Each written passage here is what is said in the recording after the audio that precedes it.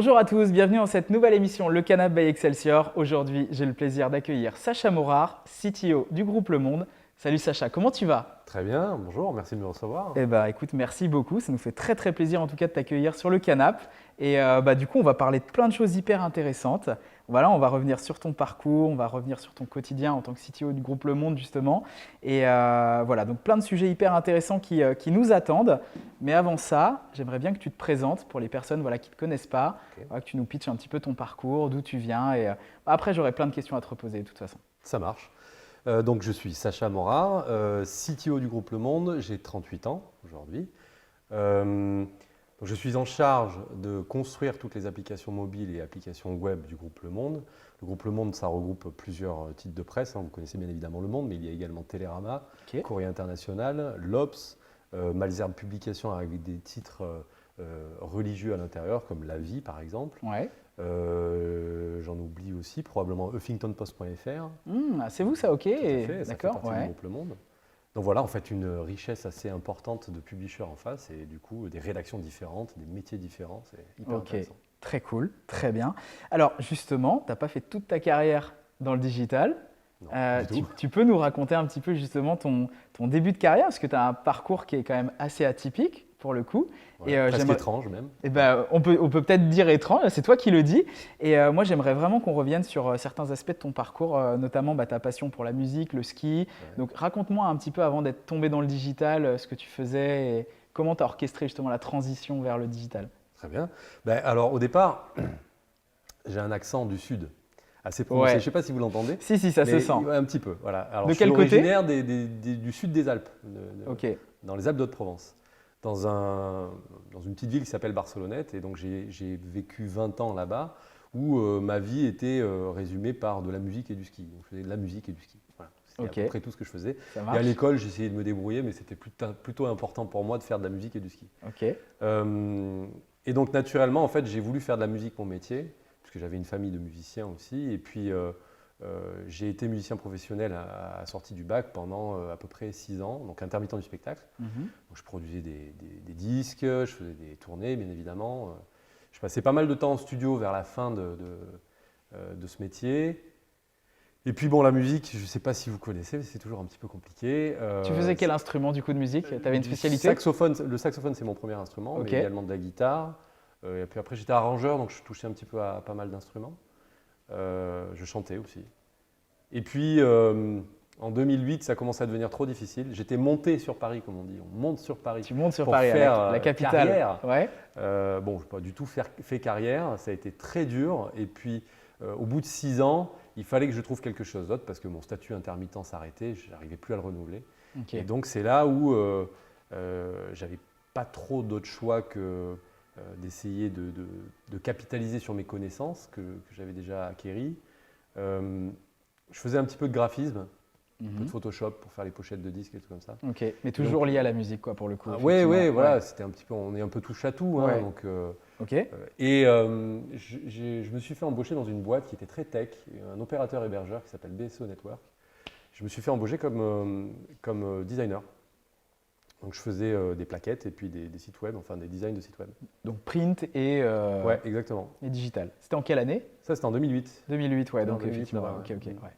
Mais c'était hyper intéressant parce qu'en fait, j'ai pris contact là avec des pure tech, quoi. Des gens un peu barbus qui font du système et du réseau. En 2008. Ok. Et en fait, je sais pas, on s'est vachement bien entendu. J'ai bien aimé cet écosystème. Et puis, il y avait un mec qui développait aussi. Je me suis intéressé à ce qu'il faisait. Mon frère aussi était sur ce chemin-là. Donc, il y avait un écosystème de développement autour de ça Ouais. qui m'a attiré. Et puis, j'ai proposé à mes patrons de l'époque, qui avaient mon âge, de devenir développeur. Ils m'ont regardé avec des yeux comme ça. Ils m'ont dit, Donc Tu transition, connais rien, ouais. développeur. pourquoi tu deviendrais développeur? Ok. Et je dis, ben oui, j'y connais rien, mais je souhaite apprendre. Donc, si vous ne me faites pas confiance, c'est pas grave, je partirai, j'irai le faire ailleurs. Mais ils m'ont fait confiance, ils m'ont fait passer des tests techniques. Donc, j'ai appris très vite le développement pour pouvoir passer ces tests techniques. C'était sur quel langage du coup au début? Là, c'était sur du PHP. PHP, ok. Ouais. Et puis, ma foi, ils m'ont fait confiance. Et puis, on est parti comme ça. J'ai fait à peu près 1 an de développement, 1 an et demi de développement chez eux. Et puis là, j'ai découvert vraiment le langage informatique. Ça a été Une révélation pour moi. ouais. Ouais, Ok, ouais. d'accord. En plus, tu étais sur du bac, je veux dire, c'est pas forcément évident.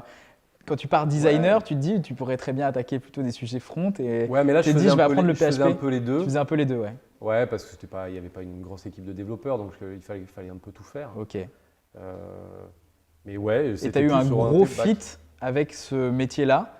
Ouais. Et derrière, tu l'as approfondi dans cette structure ou tu es parti Je ensuite? suis Comment ça s'est parti passé? relativement rapidement. Au bout d'un an et demi, là que je faisais développeur, je suis parti. Je suis passé en agence. Ouais, Là, j'ai bouffé du code vraiment. J'aimais tellement ça qu'en fait, j'en ai vraiment fait énormément. ok, Et puis au bout d'un an en agence, je suis parti également. Je suis parti développeur au Parisien. Donc là, Ok. on m'a accueilli au Parisien. d'accord. Et alors là, j'ai découvert vraiment un monde magnifique qui est le monde de la presse. Mhm. Et puis au bout de 6 mois que j'étais développeur, ils ont souhaité me garder et même me promouvoir au poste de responsable de l'équipe de développement, en fait, Ok. l'équivalent du CTO là-bas.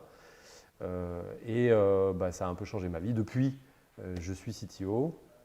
J'ai fait juste un passage encore en tant qu'entrepreneur. J'ai Ouais. toujours un peu créé des boîtes pendant toute cette période-là, mais j'ai fait un passage entrepreneur que j'ai arrêté en 2017. Et puis je suis retourné dans la presse Ok, à l'Obs ouais. en tant que CTO. Et puis 10 mois après, j'étais au groupe Le Monde. Quel parcours, franchement, belle progression. Et justement, alors, du coup, c'est une très bonne transition parce que par rapport à ton quotidien, du coup, j'imagine qu'aujourd'hui, tu te nourris de ce que tu as vu des années précédentes, etc., notamment grâce à la musique, grâce peut-être, bon, alors le ski, je ne sais pas, mais moi, j'aimerais comprendre aujourd'hui si la musique t'aide à t'organiser, je ne sais pas, est-ce que tu as vu des choses par le passé qui t'aident aujourd'hui et comment tu fais le parallèle avec tes années précédentes dans ton orga aujourd'hui? Ouais, je fais souvent le parallèle avec le métier de musicien et mon métier d'aujourd'hui. Tu es chef d'orchestre aujourd'hui, quelque part. Ben, c'est un peu ça, je Ouais. trouve aussi. C'est un peu un CTO ou un tech leader, en fait, en général. C'est un peu un chef d'orchestre. Mm. J'écris des partitions de temps en temps, parce que je code encore un peu, mais Ouais. surtout, je les mets à disposition des gens, des musiciens, pour pouvoir les jouer, et puis j'organise un petit peu le tout, Ok. avec différents rôles au sein de l'orchestre. Mais avant toute chose, il me semble que le travail d'un développeur, c'est un travail de créatif, en fait. C'est On a intéressant. 1000 façons de développer un site web ou une application mobile, et il y a sa propre façon, en fait, qui est finalement écrite dans le code. Et en cela, moi, je trouve que c'est un travail vraiment très créatif. Donc, je fais souvent le parallèle avec écrire une chanson et écrire du code. Ok. Parce qu'on doit faire en sorte que ce soit le plus intelligible possible, le plus facilement compréhensible, Ouais. euh, et le plus populaire. Parce qu'en fait, quand on écrit une chanson, elle doit toucher un public. Tu veux dire quelle et est on doit la l'adhésion vendre. un petit peu de tout le monde? Exactement. Ok. Exactement. Et quand on a construit un site web dont l'UX est super bien pensé, où vraiment il est simple d'utilisation, c'est fluide, c'est rapide, etc., c'est un petit peu comme si on avait écrit un tube, quoi. Ça roule. Sympa le parallèle en tout cas. Justement, est-ce que la sensibilité du développeur, elle est liée à son diplôme ou pas? Parce que justement, toi, tu t'es construit, tu n'as pas forcément le diplôme, je ne sais pas, moi, qui va bien pour être aujourd'hui CTO, etc. Et au contraire, tu me disais que toi, tu fais beaucoup plus attention à l'expérience professionnelle d'une personne, comment elle réfléchit, etc., plutôt que son diplôme. J'aimerais bien avoir Ouais. ton feedback là-dessus.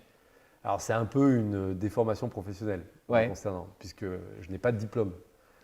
Et donc j'ai ce défaut, je pense, de ne pas faire attention au diplôme quand je rencontre les gens. Euh, alors défaut ou qualité, j'en sais rien, mais en tout cas ce qui est certain, c'est que dans tous les collaborateurs avec qui je travaille, euh, ça m'importe peu de savoir par quelle école ils sont passés. Même s'il y a des écoles qui sont vraiment meilleures que d'autres, bien évidemment, il y a des ouais. écoles qui forment très très bien. Mais je constate que son métier, on l'apprend sur le terrain, évidemment. Hmm. Et le parcours professionnel, pour moi, est bien plus important que le diplôme. Ok, très bien. Comment tu testes aujourd'hui un développeur sans regarder le diplôme? Est-ce que tu le mets dans des situations concrètes? Bien sûr. Euh, Comment ça Bien sûr, il fonctionne? faut le mettre dans des situations concrètes. Le meilleur moyen, c'est de lui faire passer des tests techniques. Ok, Après, un test technique en phase de recrutement, ça répond pas à toutes les questions. bien sûr. Puis les développeurs sont habitués aussi à faire des tests techniques pendant les phases de recrutement. Ce qu'il faut également, c'est savoir derrière accompagner, bien sûr. Et puis il y a aussi tous les soft skills qui sont hyper importantes en phase de recrutement, qui sont même presque voire plus importantes que les capacités techniques, parce que les capacités techniques, ça s'acquiert. Donc, et je suis bien placé pour le savoir. on va sur Internet et en Tu 3 peux te jours, former on aujourd'hui. sait apprendre un nouveau langage ou Ouais. quoi que ce soit. Et d'ailleurs, plutôt que de mettre en avant les technos à maîtriser quand on souhaite recruter quelqu'un, mieux vaut ne pas trop être exhaustif et Ouais. essayer de comprendre si la recrue, elle est suffisamment bien Câblé. curieuse, bien Ouais. câblée Ouais, pour apprendre de nouvelles choses, parce Ok. que chaque entreprise a sa manière de faire. clairement. Et donc, du coup, chaque développeur doit s'adapter à l'entreprise dans laquelle il arrive. Tu disais tout à l'heure que tu codais encore un peu. C'est quoi la Ouais. proportion et pour toi aujourd'hui, est-ce qu'un tech leader doit continuer de coder ou pas? Alors, bon, les deux questions. Est-ce que je code encore? Ouais. Oui, Ok. je code encore et j'y tiens. C'est-à-dire que c'est un effort, hein, ça devient de plus en plus un effort, en fait, de coder, parce que j'ai de moins en moins le temps de le faire. Ouais, c'est plus lié à ton organisation ou un effort intellectuel de te Hmm. plonger dans le code? Non, c'est un peu les deux. C'est-à-dire que je fais l'effort de ne pas lâcher les mains du clavier pour continuer à coder. Donc, je Ok. trouve les occasions pour coder. Mm. J'essaie de pas trop le faire sur le chemin critique pour pas embarrasser surtout les équipes avec qui je travaille et puis pas faire le travail à leur place, ce n'est pas mon rôle. Mais Ouais. néanmoins, je ne dis pas que ça ne peut pas arriver, ça arrive quand même. C'est-à-dire que de temps en temps, je produis également avec eux. C'est très rare, mais ça peut arriver. Et je trouve justement dans cet exercice que c'est assez intéressant parce que ça nivelle un petit peu les rapports hiérarchiques. Ouais, c'est vrai. Euh, Tu es plus accessible en fait quelque part vis-à-vis de l'équipe, du coup. Alors, est-ce que quand je produis du code, ils ont plus de facilité ou plutôt moins de facilité à me dire ce qui ne va pas dans mon code que Ah, si c'était un autre développeur? Peut-être. Et c'est peut-être. là où il faut faire attention. Ok. Mais je pense, en tout cas, je fais l'effort nécessaire pour leur dire qu'ils peuvent me critiquer mon code, le reviewer dans le sens qu'ils veulent et me dire même qu'il n'est pas bon, hein. Mhm. De temps en temps, je peux écrire n'importe quoi, il faut me le dire, au contraire. C'est quoi tes futurs challenges aujourd'hui? À la fois toi en tant que tel, tu vois, sur ta progression, qu'est-ce que tu vas aller chercher? Et aussi chez le monde plus généralement, est-ce que tu as des chantiers sur la table? Un de mes challenges, justement, c'est notamment lié à cette question d'être opérationnel ou pas. Ouais. Je suis naturellement opérationnel parce que je pense être quelqu'un d'assez instinctif, qui veut aller aider, qui veut faire construire avec les gens. Je pense qu'au bout d'un moment, il faut savoir un peu aussi se détendre et passer sur d'autres sujets Mhm. et surtout ne pas s'épuiser en fait. Ok. Ça, c'est un de mes challenges parce que ça demande énormément d'efforts. Je me lève souvent à 2-3 heures du matin et notamment pour coder. Ok. C'est un truc que je ne vais pas pouvoir tenir éternellement. Il y en a Ça, qui se couchent à cette heure-là, tu vois. il y en a qui se couchent à... Ouais, moi, je me couche très tôt par contre, hein. D'accord, ok. Ok. Voilà. Après, les challenges au niveau du monde, ben, il y en a plein évidemment. Et le premier, c'est de continuer à livrer de l'information de qualité auprès de nos lecteurs. C'est bien là où est évidemment. votre valeur essentielle, quoi. Voilà, alors Ouais. moi j'y suis pas pour grand chose là-dedans, c'est-à-dire que c'est vraiment les journalistes et l'équipe éditoriale qui fait ce travail-là, un travail formidable, aussi bien pour Le Monde que pour les autres titres du groupe d'ailleurs. Mais en tout cas, mon travail c'est de mettre en exergue et de créer le cocon pour mettre en valeur ces contenus-là. Il me semble qu'on se débrouille pas mal, mais on a des challenges aujourd'hui sur aller conquérir de nouveaux abonnés et justement leur montrer la valeur et la force de nos contenus. Ça, c'est un de mes challenges principaux. Ok. Le Covid dans tout ça. Comment tu as géré la situation? Qu'est-ce qui s'est passé? Et où vous en êtes aujourd'hui? Ah bah, on a géré ça, je pense, pas plus, pas moins que les autres. Ça a été très, très compliqué. Nous, on a eu un trafic qui a presque triplé Pendant le au confinement? mois de mars. Ouais. Mars-avril. Forcément, parce que les gens avaient besoin d'informations. Hein. C'était pas simple. S'informer, c'est pas simplement une volonté. Ça peut être un besoin, justement, dans ce cas de figure où on a une crise sanitaire qui est très C'est vrai. importante. Mais quand on a un attentat, c'est la même chose. Quand on a l'incendie de Notre-Dame, c'est la même chose. Les gens ont besoin de venir s'informer. Donc, leur réflexe, c'est de venir sur. On peut donner des chiffres. La volumétrie, ça représenterait quoi à peu près Ce que je globalement? peux vous dire, c'est que par exemple, le soir de l'élection municipale, pardon, Ouais. donc le 15 mars, en même temps, 2 jours avant, était annoncé le confinement. Donc on vivait quand même un contexte très particulier au niveau Ouais. du site web, une très très forte charge. Et ce soir-là, on a eu un pic de charge extrêmement important à 20 heures, comme jamais on en a vécu. Et on a eu 240 000 personnes qui sont venues en temps réel sur le site comme ça à 20 heures. Ok. Et ça, ce pic de charge, il a été très très soudain puisque en gros à 19h55, il y avait 90 000 personnes. Et vous avez tenu, le site n'a pas craché. On a tenu et justement c'est là nos enjeux, en fait, Ouais. notre enjeu dans nos équipes, c'est de créer les technologies pour que ça tienne. Et qu'on arrête de se poser des questions quand on a des pics de charge. Ok. Les premiers temps de la crise du Covid, on avait souvent un peu les doigts qui tremblaient. Ouais. Là, tu les te dis, moments où putain, on est-ce avait que des ça va pics de passer, charge, quoi. ouais. Ok. Mais au contraire, ça nous a permis de encore plus fine-tuner les stacks techniques Ok. et de faire en sorte que derrière, ce soit le plus fluide possible. Très bien. Est-ce qu'il y a une personne qui t'inspire dans la vie? Alors, il y a plusieurs personnes qui m'inspirent dans la vie. Premièrement, il y a mon entourage proche, évidemment. Mhm. C'est difficile de prendre une décision, enfin pour moi c'est difficile de prendre une décision sans avoir l'avis de mon épouse, de ressentir aussi l'avis de mes enfants, même s'ils sont encore un Ok. peu jeunes. Ouais. Ça, c'est des gens qui m'inspirent au quotidien parce que je ne fais rien évidemment sans penser à eux. Et après, professionnellement, il y en a beaucoup aussi qui m'inspirent. Mais plus que de parler de figures connues, moi je m'inspire aussi de mes collaborateurs proches, Ok. mes responsables, hein, les gens qui dirigent aujourd'hui le groupe, aussi les gens avec qui je travaille au quotidien, Ouais. mon VP Engineering, mon adjoint, la CPO avec qui je travaille.